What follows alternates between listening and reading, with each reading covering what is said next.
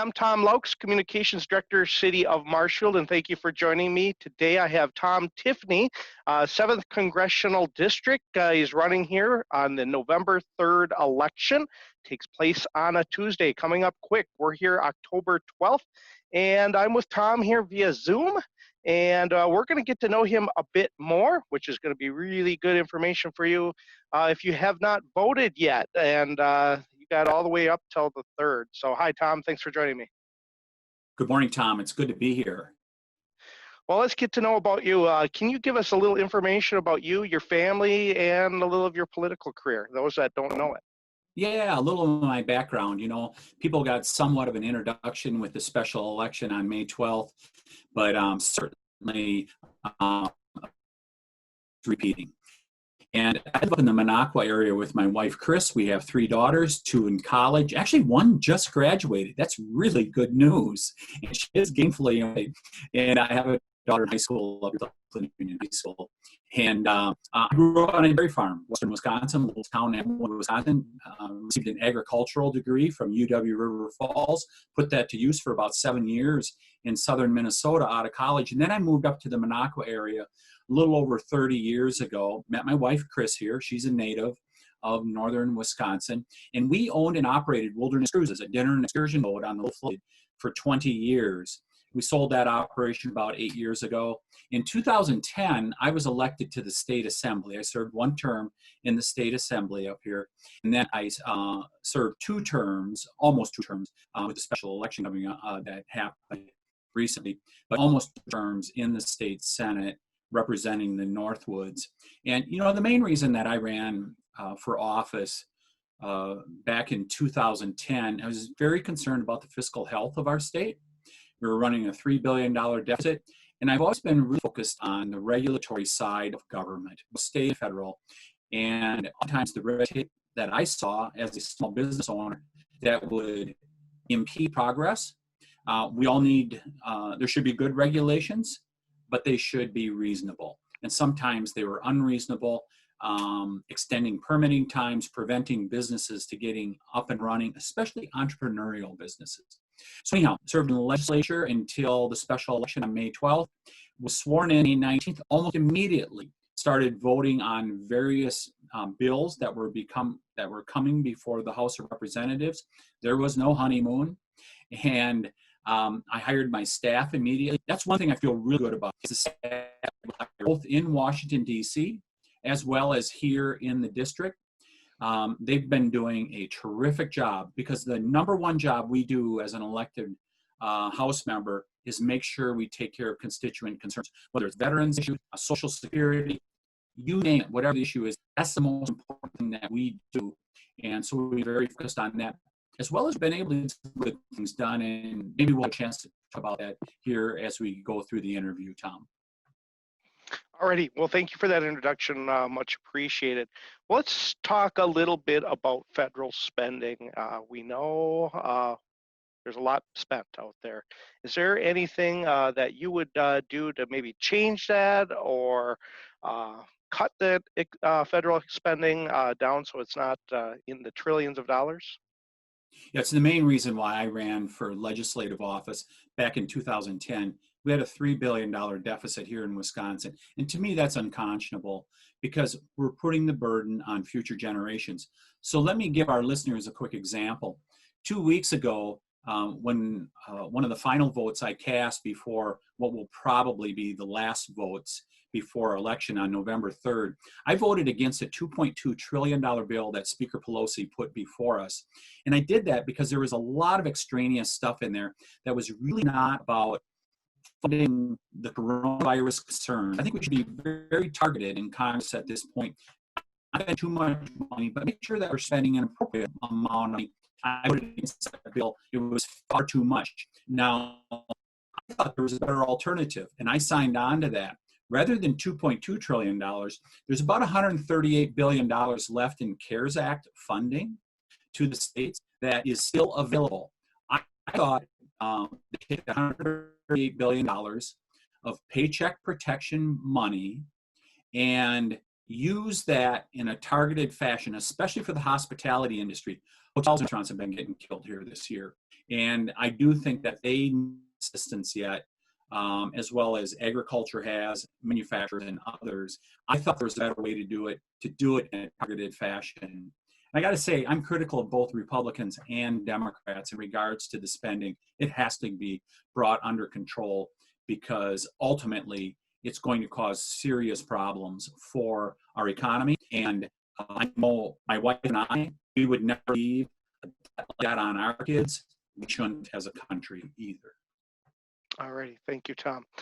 All right, Tom, let's talk about broadband. I was just on a committee meeting with governmental affairs with our Chamber of Commerce just a few minutes ago, actually, before. I do that every month, and talking about broadband and how to get it in our rural areas. I'm sure you've heard about that 100 times.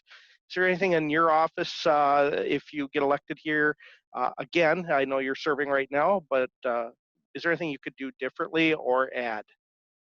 It is a top issue, one of the very top tier issues that my office is dealing with. In fact, we're already engaged on this issue because it's so important. I just attended a meeting on Friday. The USDA has a program called the Reconnect program, and there was a rural electric cooperative up in Chippewa County that got the first grant of its kind in Wisconsin, $2 million to extend broadband up in that region. We were up in the Cornell area. It's so important that we do this, and that's it's really been heightened with the pandemic that we've had and people having to do things virtually as we're doing now.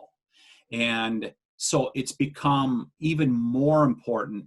This will be a top priority of mine to make sure that we get full funding. We need to get every household connected here in the 7th Congressional District so that they can go about doing their business. And so it will be a focus of mine. And I got to tell you, this is also where the economic opportunity lies for the 7th Congressional District, being largely rural district, northern and western Wisconsin. There are a lot of people that are looking at getting out of the cities, whether it's coronavirus related, riot related, whatever. There's so many people. I mean, if you talk to realtors up here will tell you they can't keep properties on the marketplace right now because they're being snapped up so quickly. This is the golden opportunity to bring commerce, business, and people to northern Wisconsin and reverse that brain drain that's been going on. All righty.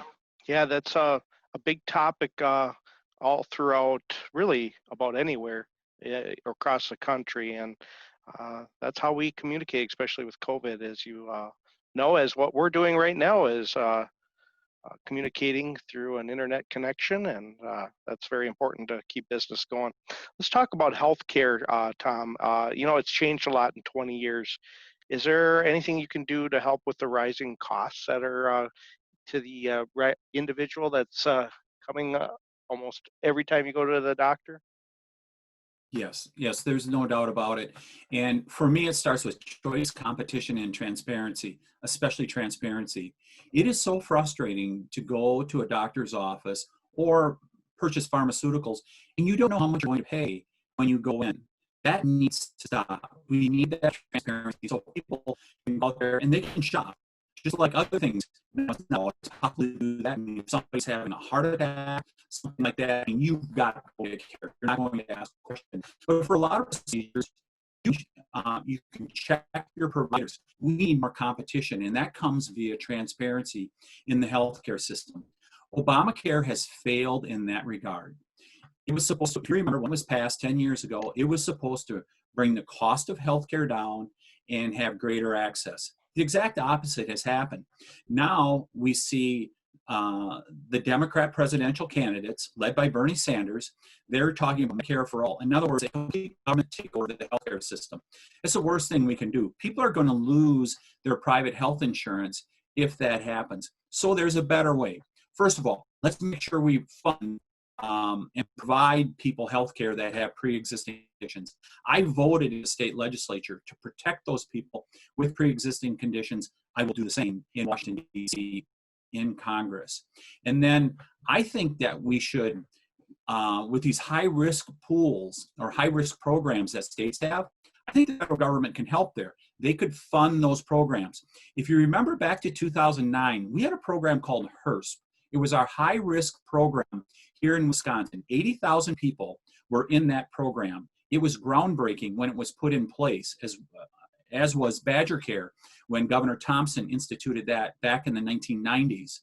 Well, the HERS program was eliminated by Obamacare. I believe we should allow states to be able to bring that back, and we could fund some at the federal level. Perhaps give some money via block grants to the states, allow them to create their own high-risk program. The states will do a better job than the federal government of more effectively and efficiently delivering that program. That's one thing that I would like to see happen. Also, I would like to see us apply free market principles to the healthcare marketplace. We have direct primary care doctors. These are your doctors of old, 50 years ago, when doctors used to do house calls.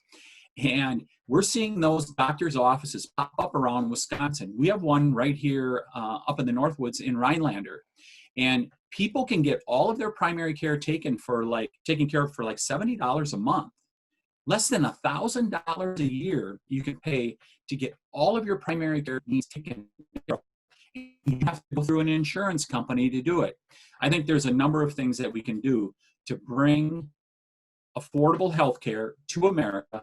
It starts with choice, competition, and transparency. Okay. Let's talk about jobs. And, you hear that a lot from President Trump, increased jobs all around the country. What's your plan to help keep that going here in the state of Wisconsin? I believe jobs have coming back because of COVID. And what's your plan to keep that going into that direction? I look at it the same way as when I was a state legislator. We were at almost double-digit unemployment, $3 billion deficit when I came into office in 2010. We reversed that, and it took us a number of years to do that, getting our fiscal house in order. But by doing that and also reducing taxes, we were able to get rid of the deficit while reducing taxes in Wisconsin. That's when people say, hey, I'm going to take a little more money and invest in my business, expand it, perhaps take a risk and open a new business. Exactly what happened in Wisconsin. And we ended up with a 3% unemployment rate when you look back just 7-8 short months ago. Seems a lot longer than that in 2020. But it's just January and February where we had an unemployment rate of 3% here in Wisconsin. You should apply the same things at the federal level. And this is where President Trump has been spot on, where I support his initiatives 100%. He reduced taxes so that people had more money in their pockets. He moderated regulations, taking away that red tape that strangles businesses and just individuals who want to go about their lives just getting a permit. He reduced those things, as well as he's gotten us fair trade agreements. His rewrite of NAFTA, which is now the United States, Mexico, Canada trade agreement, is going to be very helpful for both agriculture and manufacturing, which is what we're all about in north central Wisconsin. Agriculture and manufacturing. It is going to help us so much. So between those three things, let's make sure that we don't raise taxes, reduce them if possible, have regulations that are reasonable. President Trump's efforts of getting rid of 2 regulations for everyone that's put in place, spot on. And then having good trade agreements, especially now, taking on China to make sure that they stop their stealing of our intellectual property. That is so important as we go forward. President Trump is holding China accountable and getting better, fair, freer trade agreements for America that puts Americans first. I would pursue things like that if reelected. All righty. Thank you, Tom. My next question was taxes. You did answer that. Was, how do you keep that down in the middle class? Is there anything else you want to add to that question I asked about jobs? Yeah, I think it's really important to keep to reduce taxes if at all possible. I mean, when you look at Joe Biden's plan that he's put forward, it would cost the average family of 4 $36,000 more. Now, that's not all taxes. Some of that is the result of Medicare for all, which would cost people more for their health care. But overall, including his tax plan, $36,000 more for a family of four, taxes go up about $4 trillion. That's not the direction we should go. If we want to stifle this economy, you raise taxes. That's why I would not raise taxes. All right. Let's talk about dairy industry. You grew up in it on a farm. You worked on a dairy farm, lived on a dairy farm, I believe, with your parents and your family. What do we do to help that farmer here in Wisconsin succeed, even small or big? Yeah, first of all, we want to do everything possible. I want to do everything possible so that all farms, large or small, are going to be successful.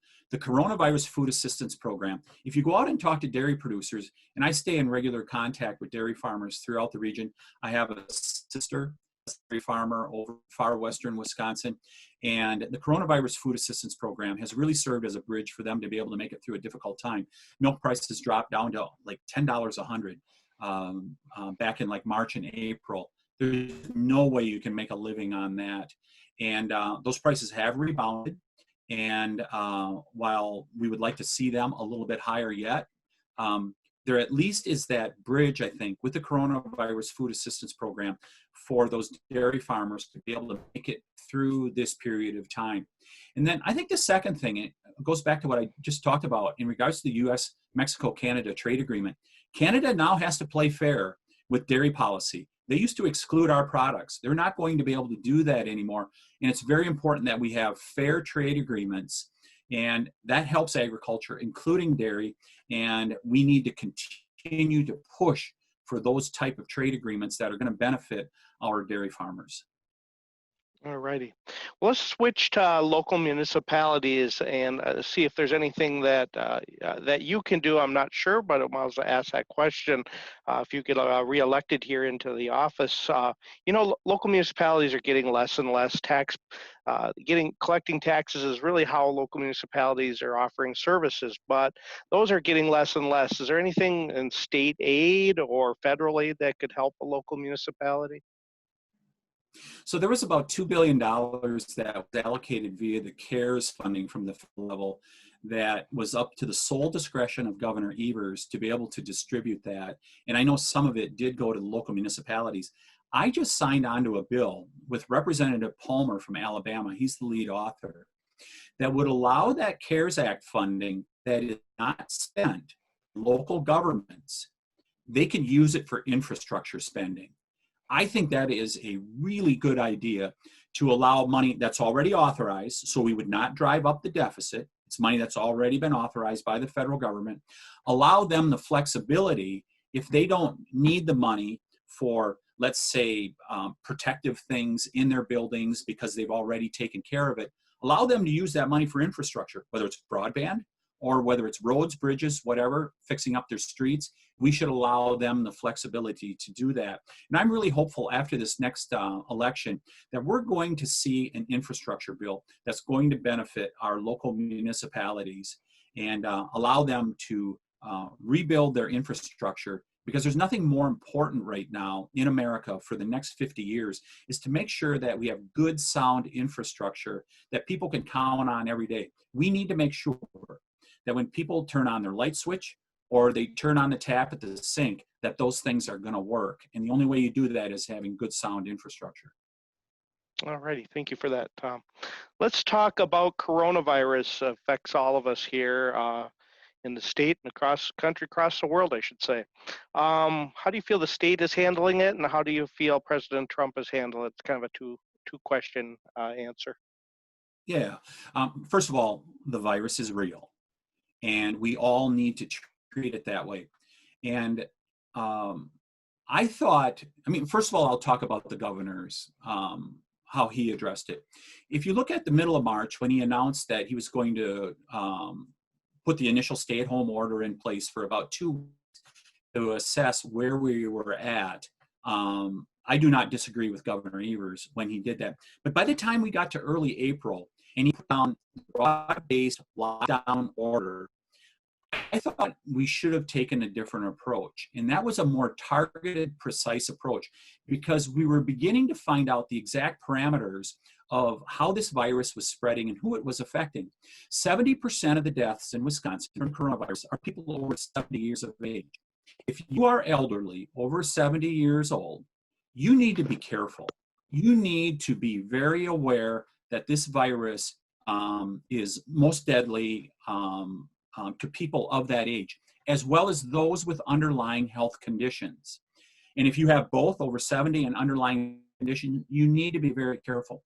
But other than that, for people who are healthy, for kids in school, I'm not sure everyone realizes that children are less in danger than the seasonal cold and flu. Dr. Redfield from the CDC talked about that in August when he said we should get kids back in school. He said the seasonal cold and flu are actually more harmful to kids than the coronavirus. So we should get kids back in school. So rather than these broad-based lockdowns, I think we should have a much more targeted, precise approach. And in fact, just this weekend, the envoy to the United States from the World Health Organization just said broad-based lockdowns should stop.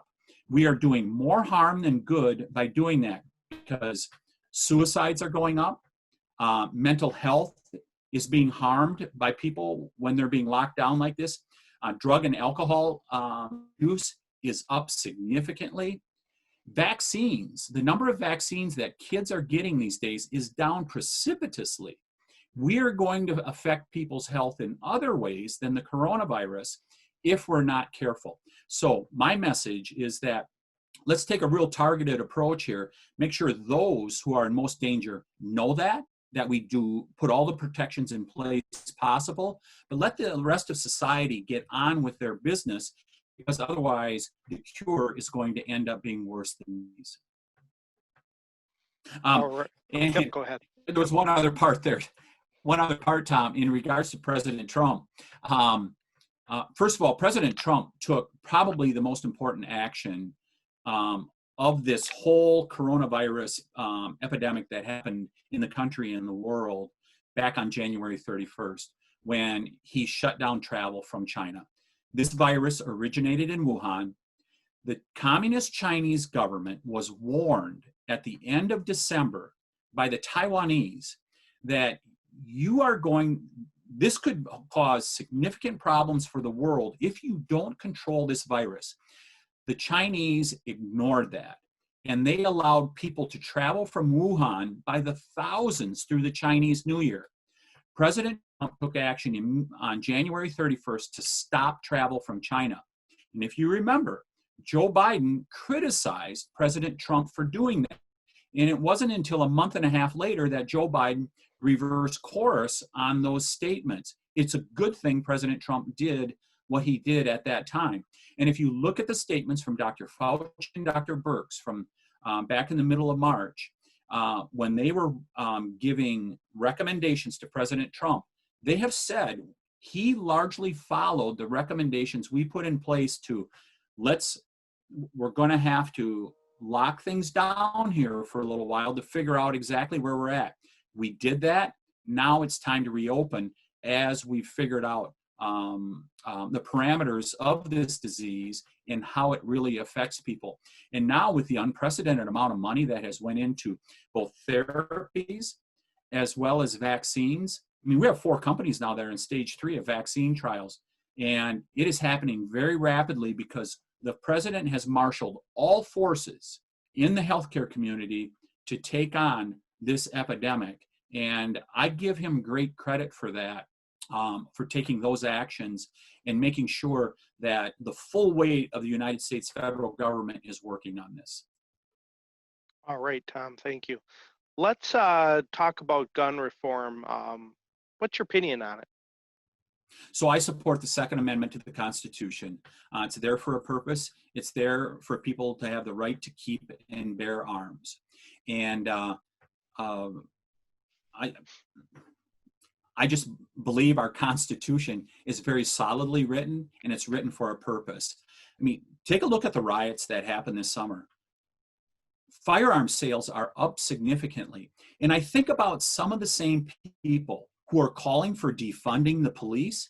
They're actually, if they believe more guns in people's hands are a problem, Well, then they're exacerbating the problem by defunding police, because people don't feel secure if police are defunded. I mean, I just think about my colleague down in southeastern Wisconsin after the Kenosha riots. He commented that it was a night after the night after the initial riots, and it was they had ensuing riots the next couple days. He said that he was hearing from constituents Kenosha who said that we've never had a gun. We figured out a way during those riots to get guns, and we stayed up all night because we were scared for our lives. We were scared for our property. And that's what's going to happen when you don't have safety and security in our streets, is people are going to take matters into their own hands. And we're seeing that with the unprecedented gun and ammunition sales that are going on at this point. And I support people being able to protect themselves. All righty, Tom. I have a few more questions left. Let's talk about education. The cost is high for the average individual to go to school after high school, either college or another school like a secondary school. What do you do? Is there anything you can do in a position if you're elected to help with that cost, or is that just really nothing you can do? Yeah, let me preface my remarks this way. As I mentioned at the top of the show, I just had a daughter graduate from college, thank the Lord. And I have another daughter who is in college right now. And the one thing, there are proposals out there from Bernie Sanders and others on the left where they're saying, let's have free college.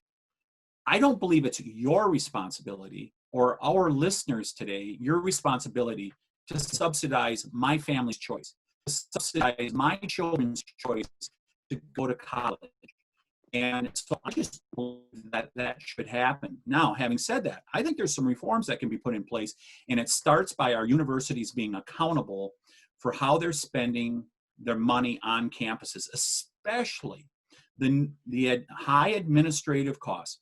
When you look at the cost of college over the last couple decades, so much of the money has went into administrative purposes rather than in the classroom. I mean, it's pretty interesting talking to some of the teachers in the colleges who say, we really have not gotten much for raises for about 20 years. It's all going, or most of it's going into administration. I think our universities need to be more accountable. I think they need to be more transparent. And I think there's things at the federal level that we can do to foster that. All right. Let's talk about environment. You hear a lot about more regulations, less regulations. We doing good here in Wisconsin? Anything you'd change?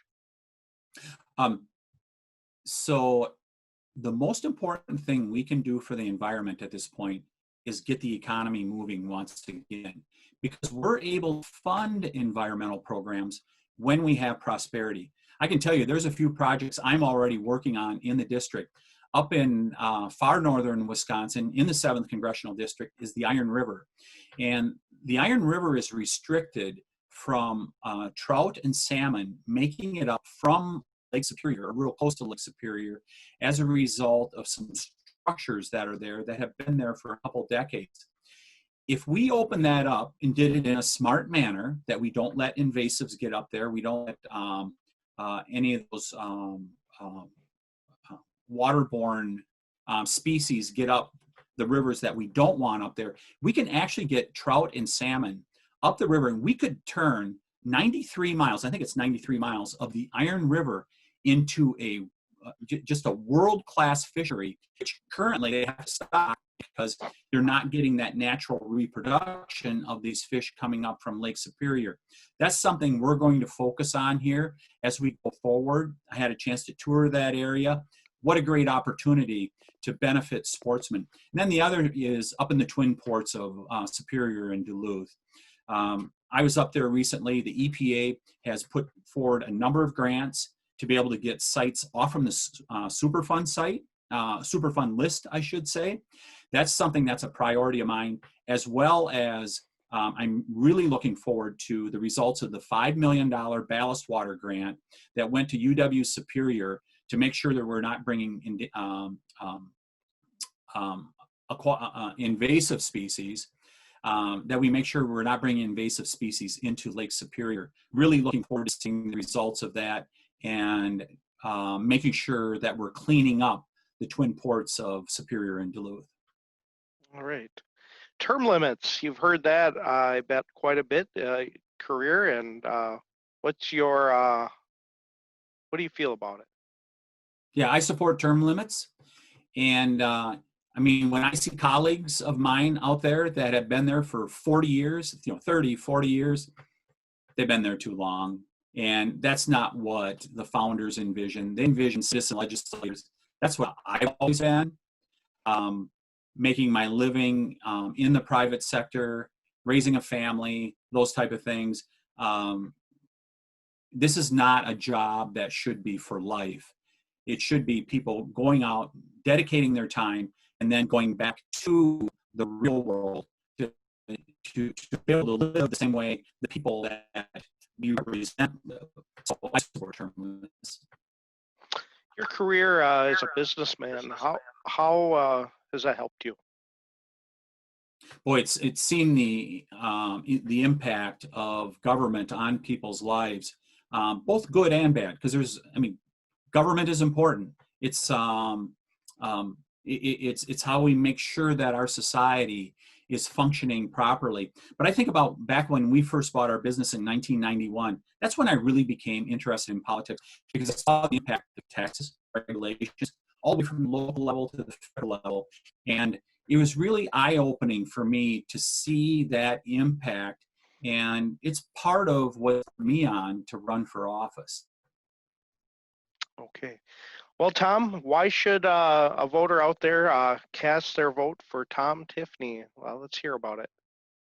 Because we went to work immediately after I was elected in the special election on May 12th, sworn in May 19th. I went to work immediately for the people of the 7th Congressional District. I mentioned earlier, we were able to get a couple agricultural sectors qualified for the coronavirus food assistance program that were not qualified initially. We went to work for agriculture immediately.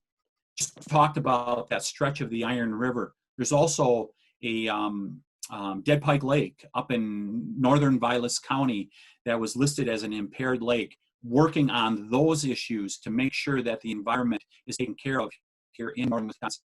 I'm working on all those issues immediately, and making sure that they have a voice out in Washington, D.C. But beyond that, we have a federal government that is too large, too burdensome, too overbearing. We need our federal government to back off from the mandates, regulations, and things like that, and return control to states and local municipalities. We will always have better government, and we will have a happier public in the United States of America and in Wisconsin if the control is more at the local level, where people feel like their vote has an impact, because sometimes they feel powerless, as we see these great power grabs that go on in Washington, D.C. I'm all about returning power back to local municipalities, to the states, to people, keeping taxes under, keeping regulations under control, protecting people's Second Amendment rights, protecting life, including the unborn. I will always stand for those principles of limited government, and I hope people view it the same way that I do, and I'm asking for their vote on November 3rd. Alrighty, Tom, thank you so much for your time. November 3rd, election's coming up not too long from now, although voting has been taking place for some time now, absentee, and soon in-person voting is going to be happening in the state. So again, I just want to thank you for coming by on our Zoom meeting to share information out to the voter about yourself. And we'll be doing the same with your opponent, Tricia Zunker. And we'll be broadcasting those throughout all the way up till November 3rd. Yeah, good deal, Tom. Thanks so much. And yes, be sure to go out and vote. Regardless of who you're voting for, be sure to get out and vote. It is the most important right that we have in this country. And I just want to close by this, Tom. I love the backdrop that you've set up with the United States and Wisconsin flags. How appropriate. And thank you so much for giving me the time today to share my thoughts with your viewers. Well, you're welcome, Tom. Thank you so much. I appreciate it. And I hope you have great success in where you guys go and your team, and we'll see where it goes. Good deal. Have a great day, Tom. Yep, you too. All right. Thanks, Tom.